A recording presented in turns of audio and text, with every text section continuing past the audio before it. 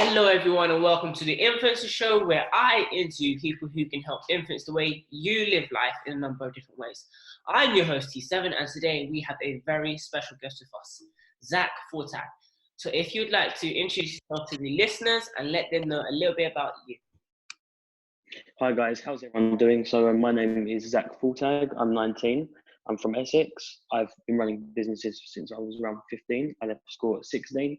I started running a motivational clothing brand, which helped over 100 young people get involved in business fashion. We also sold clothing to 13 countries and 3 continents, and worked with companies like ASOS, which I'm sure you will know, and country and stores in America and different parts of the world. I also ran an events business, which was working with different people in different countries, helping people go to events. Since then, I've started a new business in January of this year, which is Ahead of Time Academy, which is all about helping young people connect, learn different skills in all types of categories. And unfortunately, due to coronavirus, we've had to move into the online content. So that's what we will be doing at the moment. But yeah, that's where I'm up to. That is absolutely amazing. Thank you so much for sharing. Now, I'd like you to share with the listeners why you do what you do. Cool. Yeah. I do because when I was at school, I struggled a lot with the educational system, and I feel like it is definitely an outdated program. So I really wanted to make a difference with young people who were in the same boat as me. So that's why I started my first business. And this business, why I started it, is because I've had so many people come up to me who are on antidepressants, say to me, Zach, there's nowhere that young people can go to connect, can come into an event, can learn certain skills of talkers, and really get a balanced new education sort of system. When young people go to events, I'm sure you know, Trey, that the youngest person you may find at an event is 30, 35, maybe late 20s if you're lucky. So I really feel like it is a big gap in the market. And even that we're doing online, I still think an online webinar with young people can still bring the same value while obviously this coronavirus is going on. That is absolutely amazing. It's actually so true because, as you said, when you go to events, you don't really see many people your age. So it already has that barrier of they're this old, I'm this old. There's no way that I can do that right now. So I think it's just good to see someone around our age groups doing the same things that like myself and you are doing as a way to motivate them to achieve regardless of their age, really. Yeah, for sure. I think, yeah, young people, no matter what age they are, even as you said, I know some people in your family are like as young as 12, 11 that Yeah. do great things. So I don't think age is an issue. I think if you're 70, 80, you look at someone like Colonel Sanders, who I think was around 70 when he made his breakthrough at KFC. Yeah. And you look at some young people who are 89 who've made millions in things like YouTube. So it's age is really, really no barrier for anyone. Yeah, definitely, definitely. Now I'd like to ask you, what would you say has been the biggest influence on you that you wish you had known sooner? I'd say obviously things like family, but a big inspiration is really starting and learning from challenges. Like when you face a challenge and people may say, oh, it's a crap idea, especially when you're in school, people may say, oh, it's rubbish, Yeah, may take the mick out of it, but you've got to get through that, and you've got to use really hate as sort of as an inspiration. And when you overcome different challenges in business and in life, I think that itself is an inspiration to carry on and keep going. And yeah, really, really what I've learned is a big tip obviously is when you face those issues, that the best thing that is time. It makes things a lot better if you keep on working, and the only way really to overcome a challenge is to basically work hard on that particular field, and then you'll get through it. definitely. And you're actually really fortunate to have learned those values and life lessons at such a young age because some people they go through life not knowing the importance of time and so many other things, and it often tends it often leads to it often leads to not meeting deadlines and many other things, and also just not achieving as much as they would like to in their life.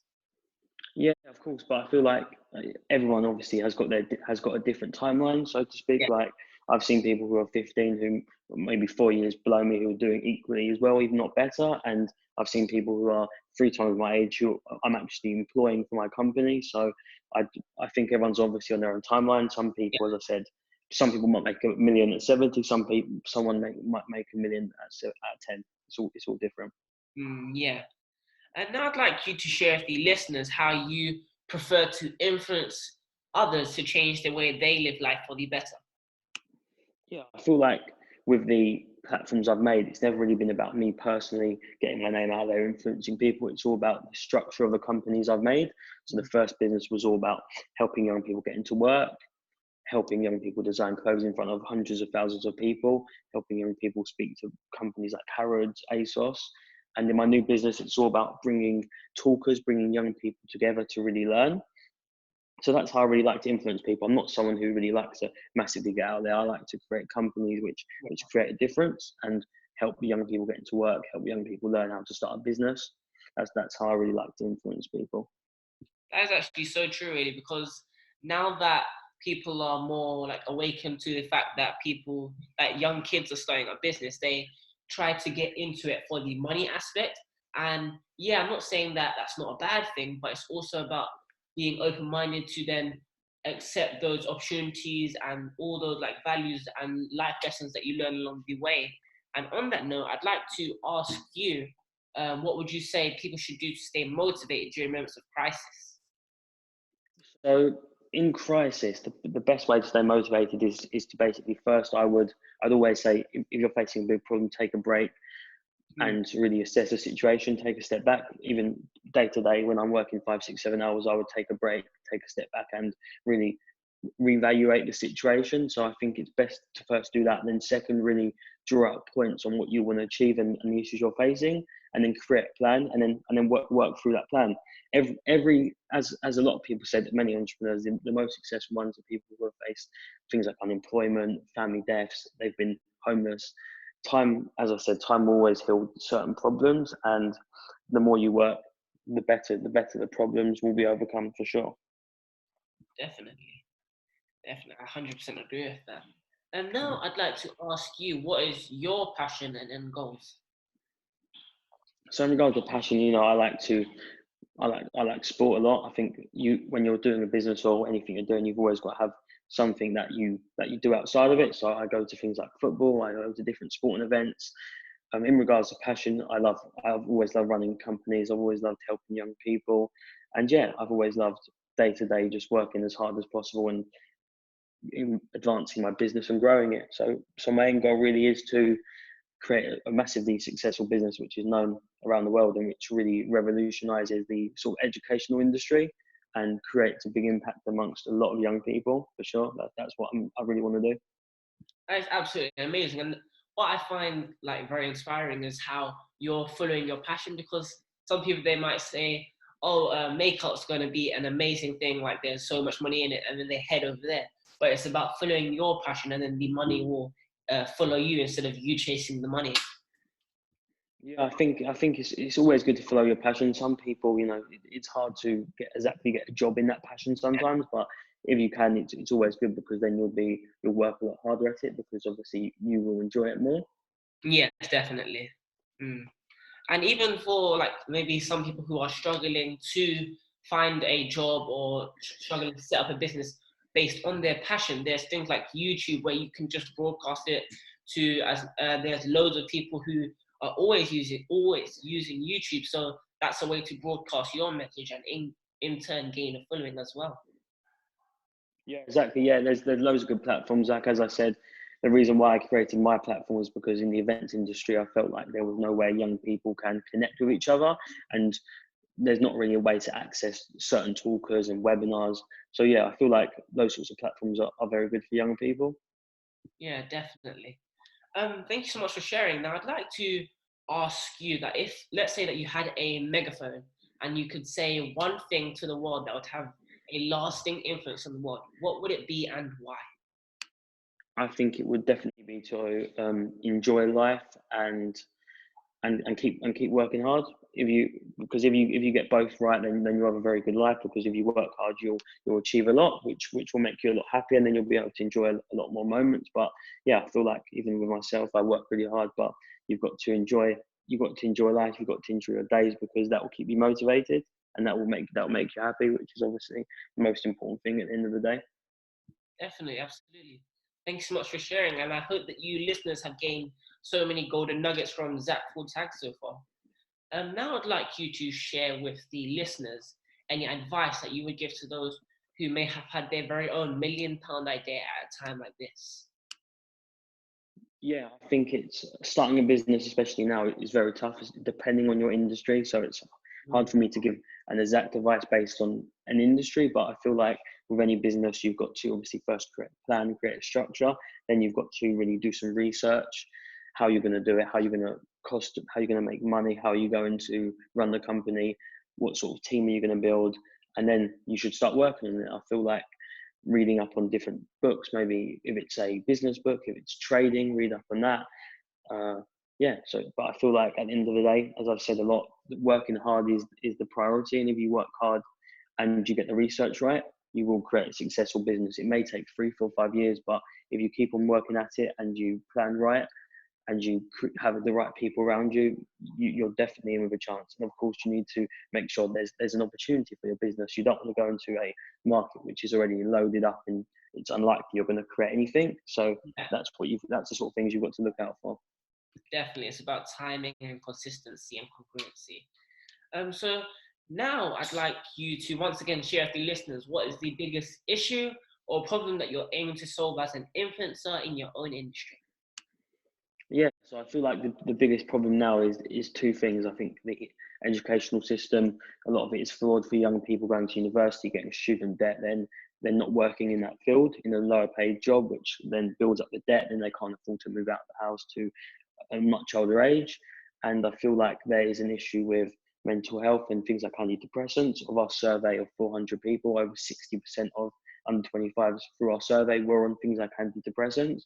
So I feel like it is a massive, massive problem, and I feel like both of them sort of going hand in hand. Because if there was a sort of system where they could learn and they could find out what they want to do, and they could learn more about even the positives of university, and they could find out different things about business, different things about even fashion or makeup, as you said, then people would be a lot happier, and there wouldn't be so many depressed people for sure. I don't think.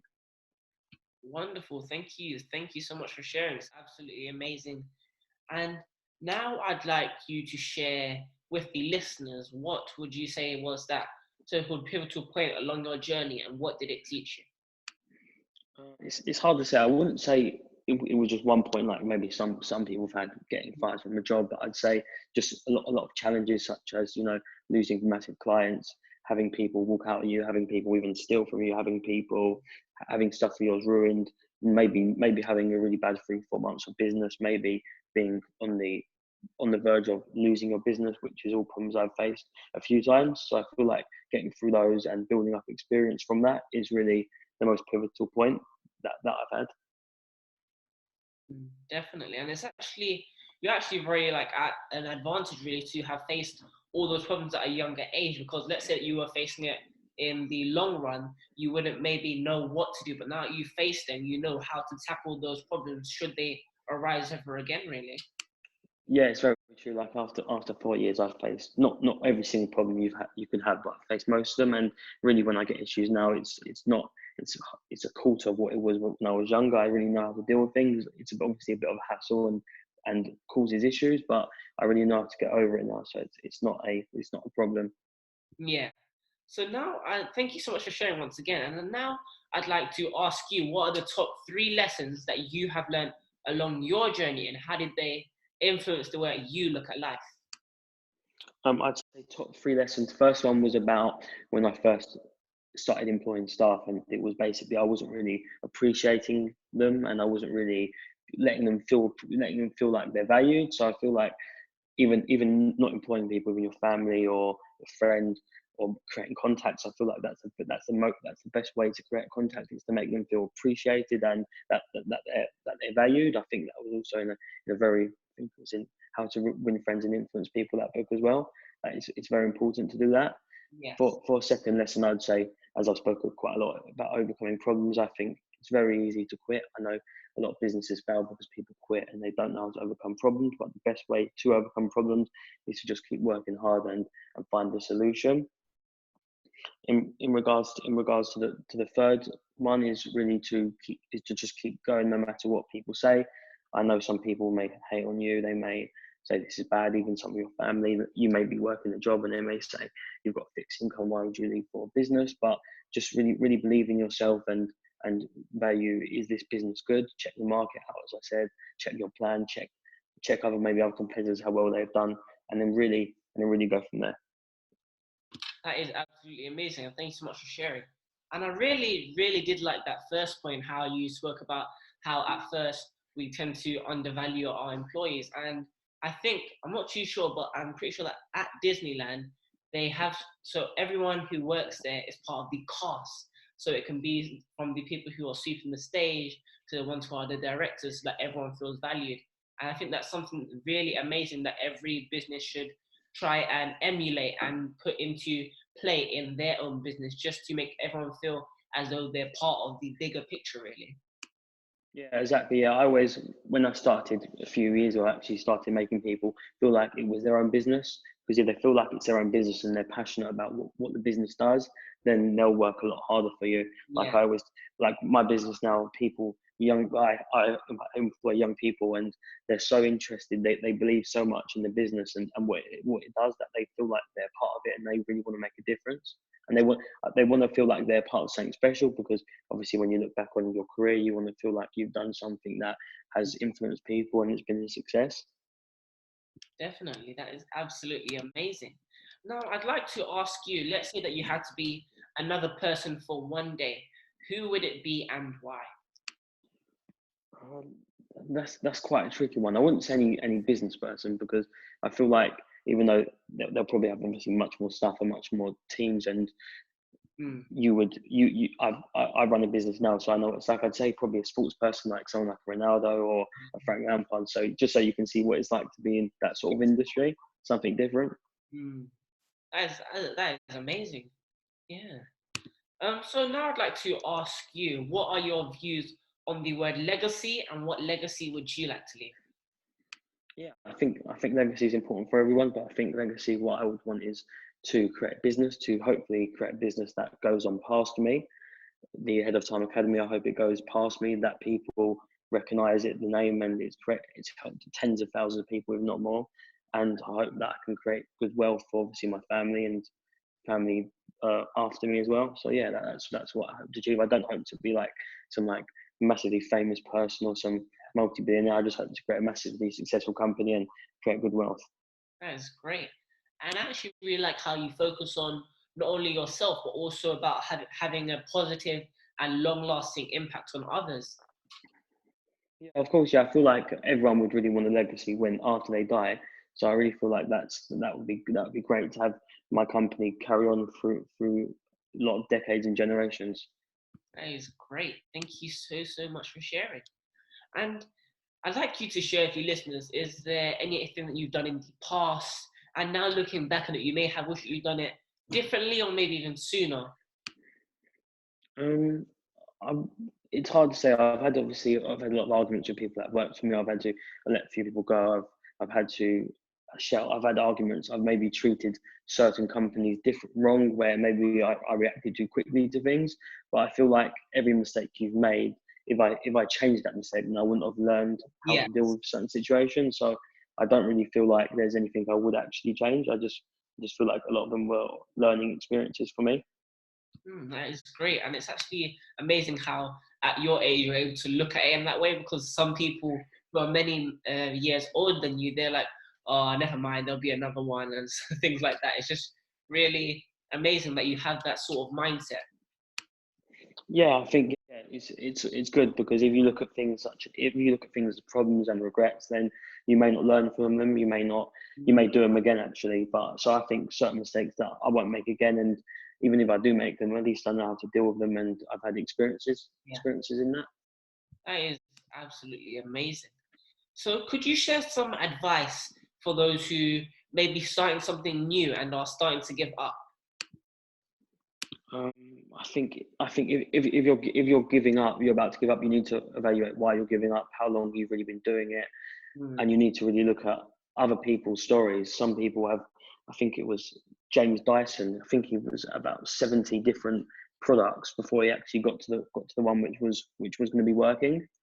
And I feel like you need to really evaluate the situation and keep working at it, because eventually it could pay off. But on the other hand, you could have worked in it for 5, 6 years, and it could be that you've learned a lot, you've made an okay bit of money, and you may want to move on to the next thing. So really reevaluate the situation, value up what you've been doing. Have you been successful in the past? Maybe get a mentor, maybe get another person on board, maybe spend a bit more money to invest in different ways. But yeah, really reevaluate the situation and see what's the best. Definitely. Thank you so much for sharing. And lastly, I'd like you, so where can people find you if they would like to find out about any upcoming things you may have? So I'm on all social medias at Zack Fortag, apart from on Twitter. So things like LinkedIn, Instagram, and Facebook. My company is also Head of Time Academy, again on all social medias. If you type in our company name on LinkedIn, you'll find all our team if you want to even speak to anyone on our team about joining us. And yeah, our website will be launching in around a few weeks. But in the meantime, we have content on our social medias from talkers. We have Facebook groups. We have planned webinars coming up with multi-millionaire financial experts, Paralympians, Olympic champions, Premiership football players. So we've got a lot on to help any young person who may need it or may want some extra boost. That is absolutely amazing. I'd like to thank you for coming on the Influencer Show today. Great, thanks for having me. Really enjoyed it. Thank you. And also thank you to you listeners for tuning in. I hope you guys enjoyed it. If you didn't catch or missed anything that we were saying, feel free to rewind it. And if you would like to have the chance to be interviewed on the Influencer Show, be sure to email. The email is going to be popping up on the screen. And I hope you guys have a great day. Bye.